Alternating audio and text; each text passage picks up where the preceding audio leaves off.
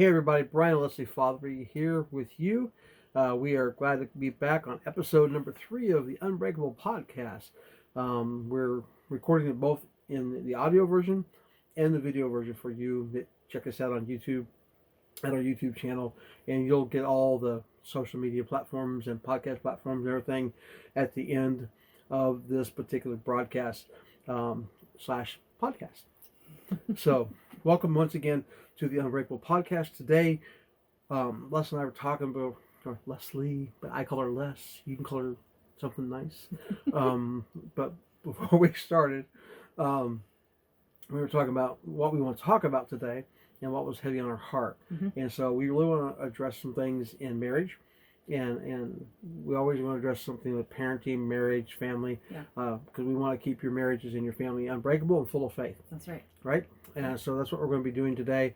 So I'm going to throw the microphone to her, not literally, but figuratively, to her, where she's going to start and she's going to share with you some things. And we're just going to bounce back and forth for the next 20, 30 minutes. And hopefully we'll give you some insights and some things that you can take and apply to your marriage that will help you be stronger in your relationship and stronger in your faith at the same time. Yes. So that said, here's my beautiful bride. Here comes Leslie. Hi, everybody. I was really had on my heart today, and Brian agreed that we want to address marriages and encourage your marriage today. I know that if you're just married, sometimes you don't ever think that anything's going to ever bother you about your spouse. They're not going to be irritated about anything because you're so in love and it's so wonderful, and it's awesome and a great time. That's called the honeymoon phase, and it's really good. And for us, it's lasted almost 33 years. It's lasted a I'm really amazing. long time. But at some point, sometimes you might find that something your spouse is doing is really irritating you, or something that the way they do something, or just their general attitude. It could be anything, but it starts to bother you. It starts to irritate you, and that kind of thing actually makes you kind of like an oyster. And if you get that stuck inside, it will start to create. Maybe not even something beautiful, but it'll start creating something, and it's not going to feel good. It's going to be prickly and it's bad. I don't know. Sometimes that's just what happens. And it's really easy to get your focus off of the positive things about your spouse and let those negative things kind of carry you in the other direction. So, as I was pondering this today and thinking about marriages and everything, there's a song from 1945. I know that's a really long time ago, but we learned it, and my kids even learned it afresh in the 90s when we were doing a business that encouraged positive things too. So, and it's called Accentuate the Positive. And Eliminate the Negative.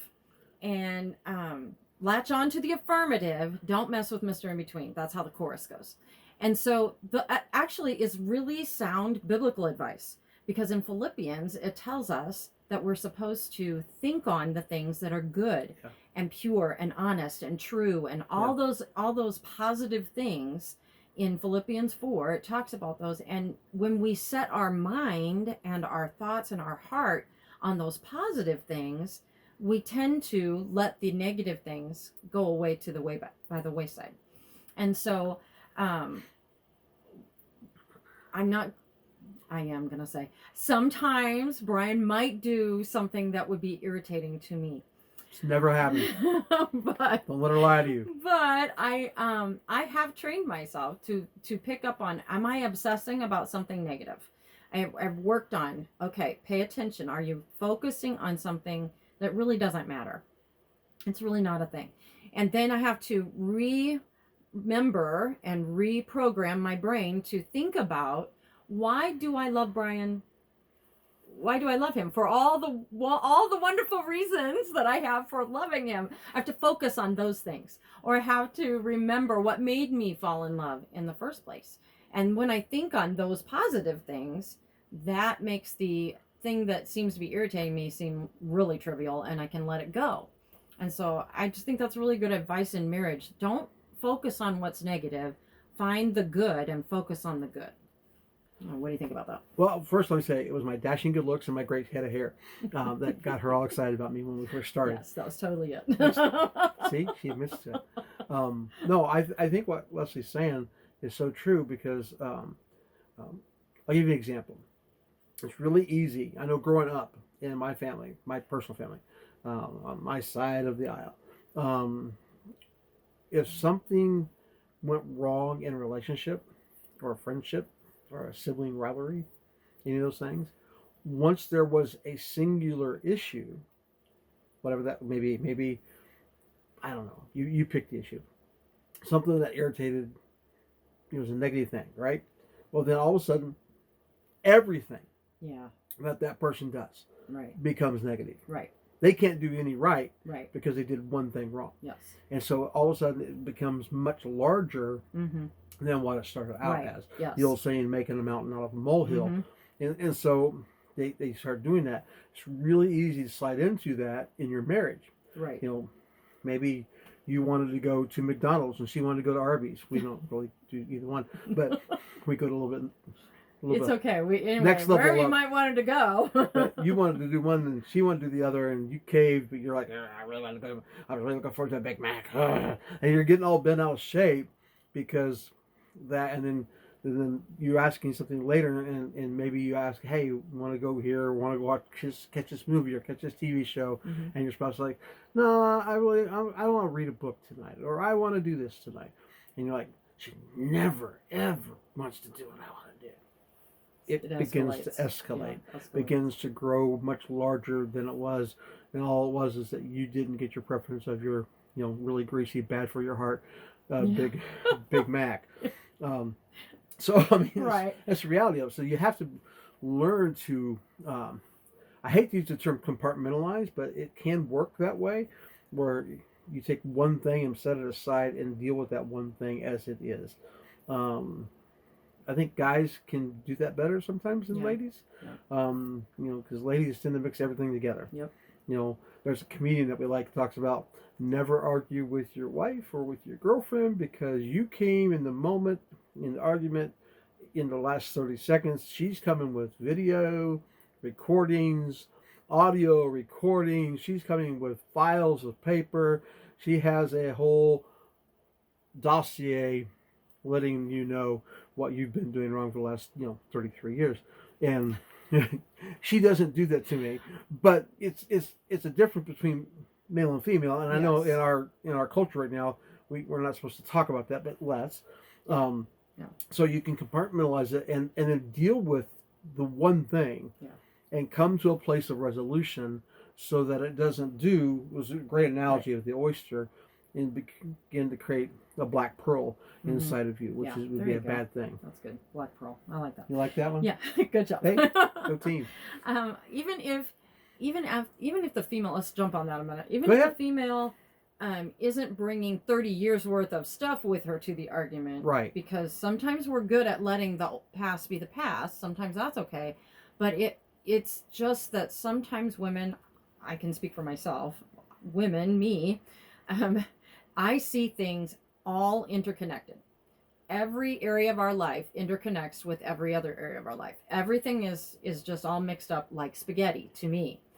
But for Brian, sometimes he doesn't see that this thing over here to the left, it doesn't connect with this thing over here to the right. But in my mind, it all connects and it's all part of the thing. And if he did something over here that wasn't working right, then to me, it means the thing over here on the other side isn't going to work very well. Right. And so you have to remember to, like you said, compartmentalize a little bit and deal with what is the issue. And it's okay to talk about the issue if it's worth talking about. If it's just something that you're getting irritated about, then you maybe should just assess yourself first. Is this really just me? Or is it something that really my spouse needs to do something about? Sure. You always have to do just analyze it a little bit. Yeah. Not over analyze, but analyze it a little bit and see where you're at and then make the appropriate steps to deal with it. And I think you need to approach it not just from a practical level, is what we're talking about, but from a spiritual level. I'll give you an example. And it's not a husband-wife thing. It was a work thing.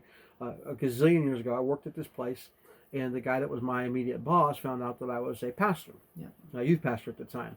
So he went out of his way to say things and do things just to aggravate me. He did things just to be a jerk to me. I was youth pastoring and working a full-time job at the same time, and he was just a jerk all the time. And so he would make me really mad. But I didn't want to lose my testimony because I'm trying to reach him for the Lord, right? And so I'm not trying to lose my testimony. So I would excuse myself, go to the bathroom, and pray.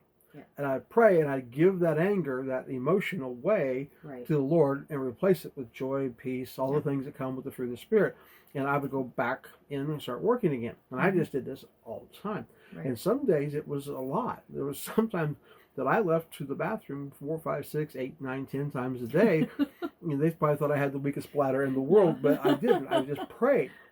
Now, I'm going to fast forward. I was working there for a couple of years, and myself and another guy who also was, this guy picked on for various other reasons, we're out on a delivery. We're delivering some things to a customer. And we're in the truck together on a delivery. He looks at me and goes, "I hate you." I'm like, that's not good, because this guy's like 6'6", 6'7", 260, 270. Yeah, I don't want to get hurt. And so anyway, I look at him, "Why do you hate me?" He says, "You never get angry. This other guy is always a jerk to you, and you never get angry." I hate that. I'm mad now because the delivery we're on was after hours, which wasn't supposed to happen, but we did because that our boss arranged that. So I'm looking and say, "Oh, no. I get angry. I get very angry to the point that I want to stick his head through drywall, walk around and use it like a punching bag." He's like, "What?" "Yeah," I said, "but I can't do that." So you don't really think I have that weak a bladder, do you? So I go to the bathroom and I pray and I give my issue to God. So in the process of, the negative thing that pops up, it might be your personal preference. You may have wanted an Arby's beef and cheddar, and she did, and you wanted the McDonald's Big Mac. It's preference. It really doesn't matter. Right.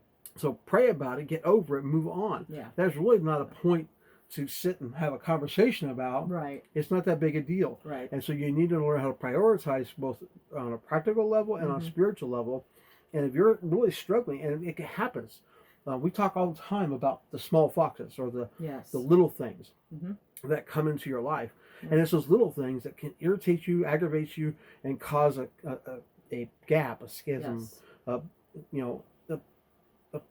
thing that divides you in your marriage. Right.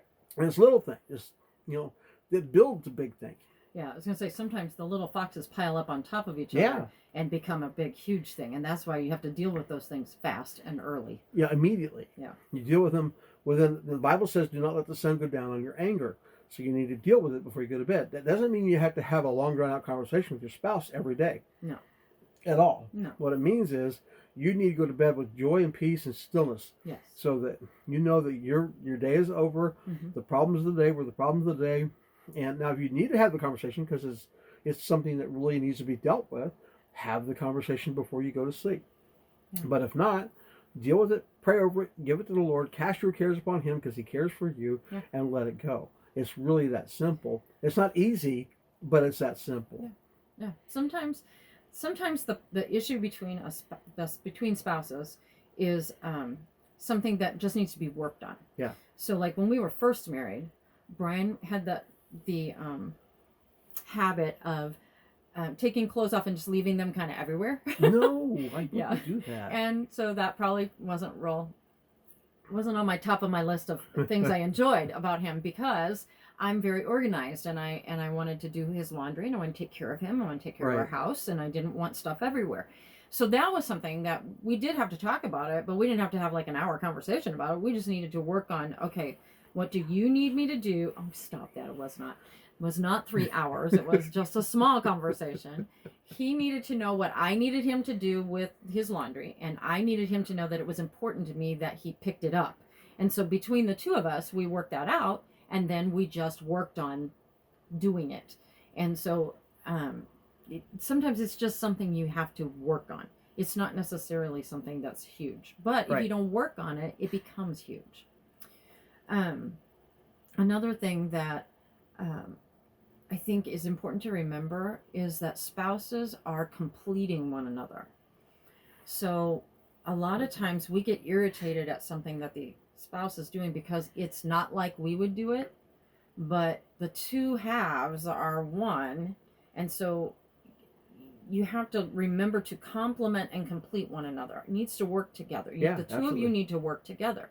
And so you have to figure out how to make those things that you do differently complement one another. Mm-hmm. Have any ideas, any examples about that? Well, first off, shocker, spoiler alert, you usually, and most of us, have married the opposite personality of what we are. Right. And we love that Mm-hmm. when we're courting and dating. Mm-hmm. We love that. Yeah. Because, they're not like me. They're so special and they're so Mm-hmm. wonderful and they're so Yeah. great. And then you marry them and they're still so wonderful and they're so special and they're great, but it grates on our nerves. Because we want you to be just like us. Just like me. Yeah. You want to grow up and be just like me. Yeah. Because I am the center of the universe. No, I'm not. And so you have to realize Yeah. you've married someone who does things the opposite. For example, Leslie, the way she would handle the children, she'd handle them a certain way because she's a mom. Yeah. And so she would handle the way they ate, the way they dressed, the way they played, all those things. Mm-hmm. She handled it a certain way. Now, if she left the scene, which was dangerous, and left them with me, which was double dangerous, I didn't do it the same way. Now, I got the same results, but I didn't do it even close to how she did. I did when we did lunch or dinner with the kids and Leslie wasn't there. It was a completely different atmosphere. Yeah. and it was fun. And it was playful, and it wasn't just You're saying it wasn't fun with me? I'm saying it was more detailed, more structured. Oh. And with me, it was more woo. That's true. just saying. And the same thing with playing. She would get them playing. I would get down on the floor and wrestle with them, beat them up, and and do all the things with them, girl or boy. And we had 5 of them, so a lot of times I had 2, 3, 4 kids crawling all over me, and I loved it. They loved it. You're not going to see my wife on the floor with the kids crawling on her. Not very it's often. just not going to happen. It's a different personality, different perspective, and there's nothing wrong with that. Mm-hmm. We just did it differently. I know one time, I can't remember what it was. I did something completely different what Leslie would do. She came back and she's like, "That's not how I would do that." And I'm like, I'm not you. She's like, well, yeah, but I said, no, I'm not you. I'm going to do it the way I'm going to do it. I said, did I get it done to your satisfaction? Are you happy with the way it ended up? Well, yeah, but it's not how I would have done it. I said, so it's done. You're happy with how it's done. Why would how it's done matter? Well, I guess it wouldn't. Yeah. And so she let that slide. I've worked with people. I had a boss, an immediate supervisor, who micromanaged everybody and everything.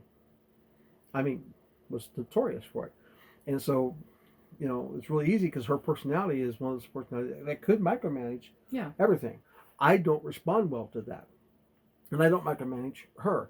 So we have to learn to work together in how we handle our finances, how we, teach our children, how we do entertainment even, because I like certain things. There's some movies and shows on TV that I won't watch if Leslie's in the house or in the room because they bother her.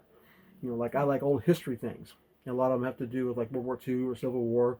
Give you an example, the movie Glory with I think it's Matthew Broderick and Denzel Washington and Morgan Freeman. It's a Civil War movie with the group of black platoon soldiers and what they did, and she does not enjoy watching people being mistreated and abused of any kind. And there's a lot of that goes on in that movie, and so I like it from the historical point, also from the racial divide point. There's a lot of it that I really like in that movie. I think it represents what happened in that era in a very honest, forthright way. I won't watch that movie if Leslie's home. If it's on and she's home, and I'm thinking, I like to watch that because I've watched it a few times. And I'm like, I'm not going to watch that with her in the house. I'm not going to do that. Likewise, if she's watching something, we lived with our in-laws for a number of years, quite a while back, and every single night, and we slept on a sofa bed. It was awesome, and we sat there and we wait, and every single night, my mother-in-law would watch Murder She Wrote. Oh my word! If that ever comes on the TV, I'm very tempted to either break it, throw it, do some, disconnect the service, There's something. nothing wrong with the show. He's just tired. Oh my of gosh, it. He can't no, do it's it horrible. anymore. And so now if it's on, she likes the show, and so if it comes on, then that one or what's the other one, Golden Girls.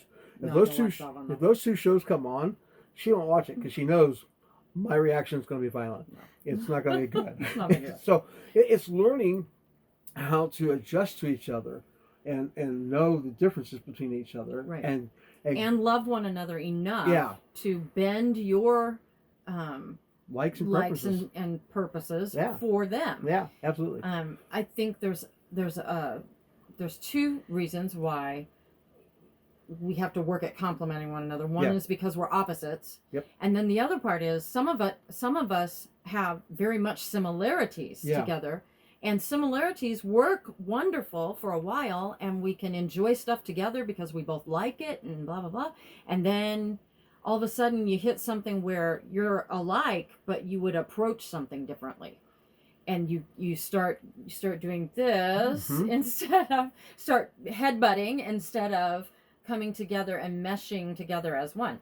And so those are areas you have to learn also to communicate. Yeah. Communication is the key. If you can communicate about what you need to do and how you would like to do it, and then ask how they would like to do it, and try to get it on an even plane, that is good. That's a good thing. Communication is really an important part of that. Yeah. But just you have to watch out for: are you and your spouse operating in the we both like this and we both do this way, or are you operating in the I'm totally opposite of him and she's totally opposite of me? Yeah. And you just have to know what you're dealing with and then operate accordingly to get on the same page. Right. Now, we've talked about differences. We've talked about preferences. We've talked about coming together, husband and wife, Mhm. and working together. Yep. Now, I want to talk to you about mindset and heart set, Yes. spiritually. The Bible tells us that we're to prefer one Yes. another. And what's that mean? That means I set aside my own wants. Mm-hmm. I set aside my own desires, my own needs, and I prefer Leslie. Mm-hmm. I do things for her, whether she does anything for me or not. I'm giving her preference. I'm preferring her. Mm-hmm. And so I am giving her that preference ahead of whatever it is that I want and need. A lot of times preferring means deferring. Yeah. Or deferring to the other. Yeah, and giving them first choice.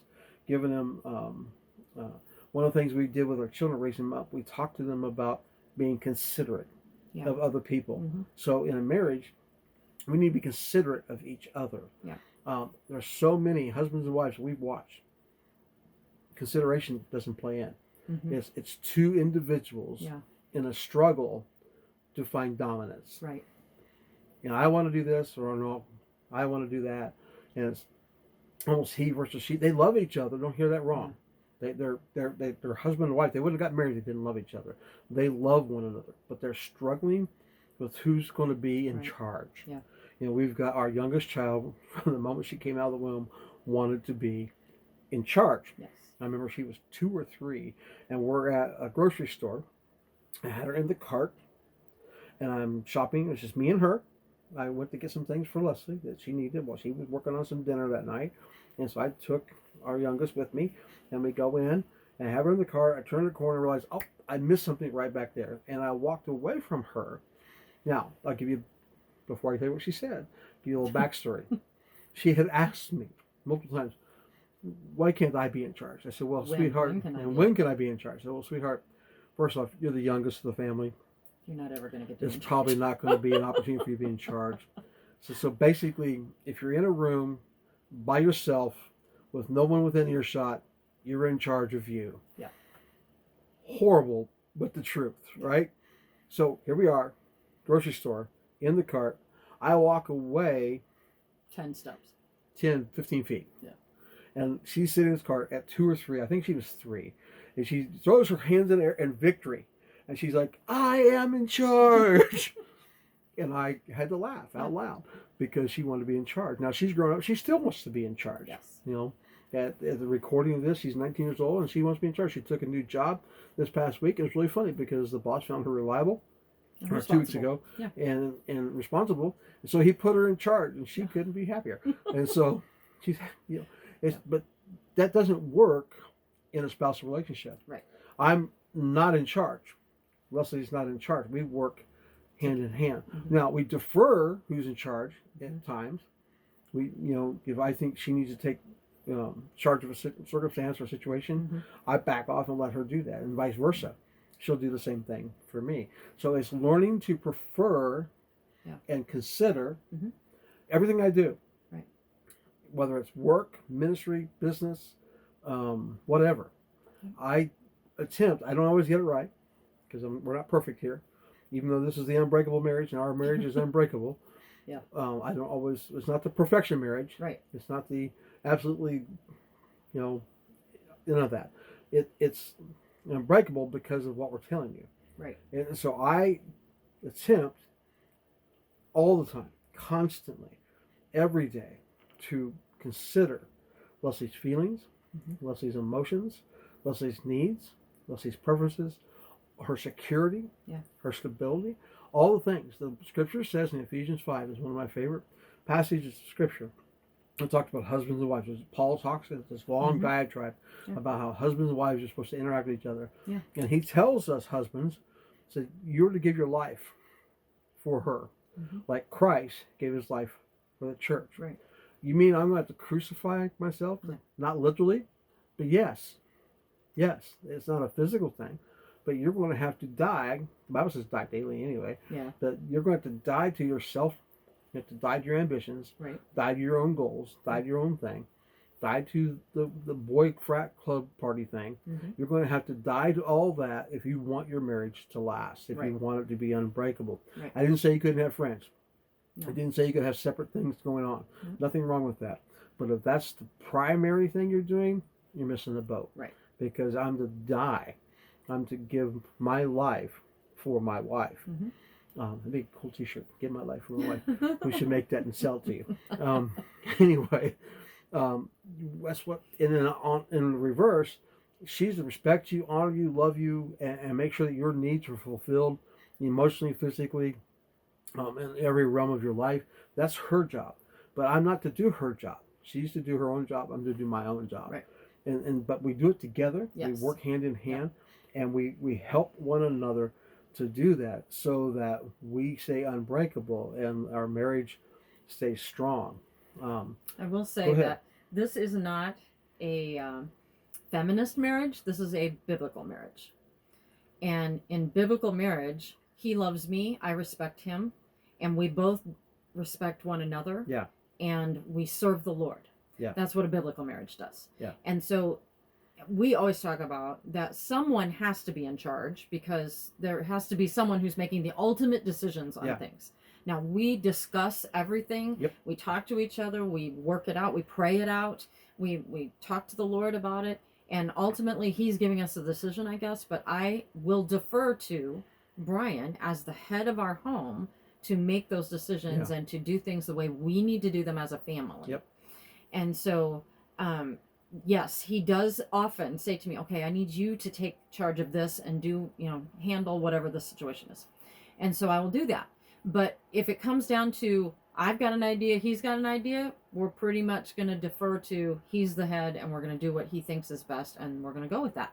That's how we handle our marriage without making major conflict between us. We are working together, partnering in our covenant with the Lord to get to the point we need to get to. Yeah. And her saying that's not a sister-wife thing, okay? If you don't know what that is, you're not listening to the culture. It's not one of those things. And it's not going back to old school, whatever. It is a biblical worldview. And if you think my wife is weak, you're crazy.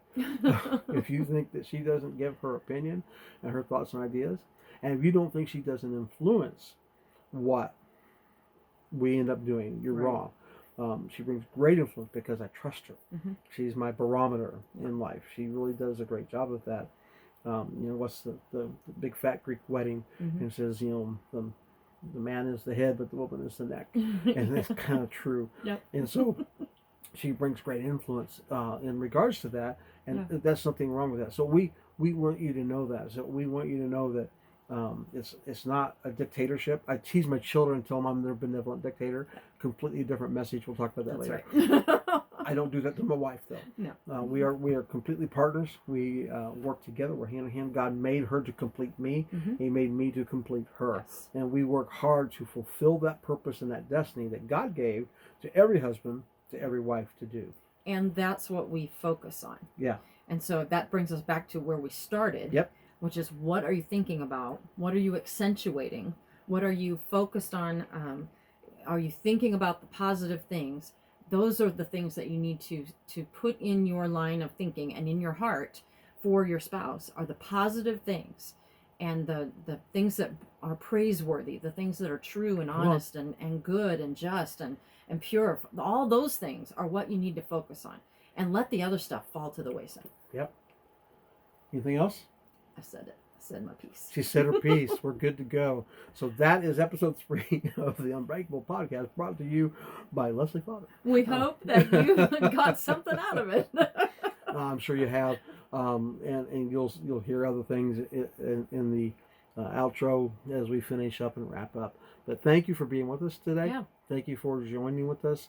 Please like, share, and subscribe to all of our social media stuff, and we appreciate you being a part of what we're doing. Without you, it's just us talking into a phone and a microphone. Right. So, we really need you to help us to reach families and help marriages become permanently stable, and families become full of faith, and for legacy generational families to occur. So become part of this movement of the Unbreakable family, the Unbreakable marriage. So with that said, we love you guys. We'll talk to you soon. Have a great day, night, morning, whenever you watch this, whenever you listen to this. We hope that this really gave you something to know, to do, and to learn. We'll talk to you soon.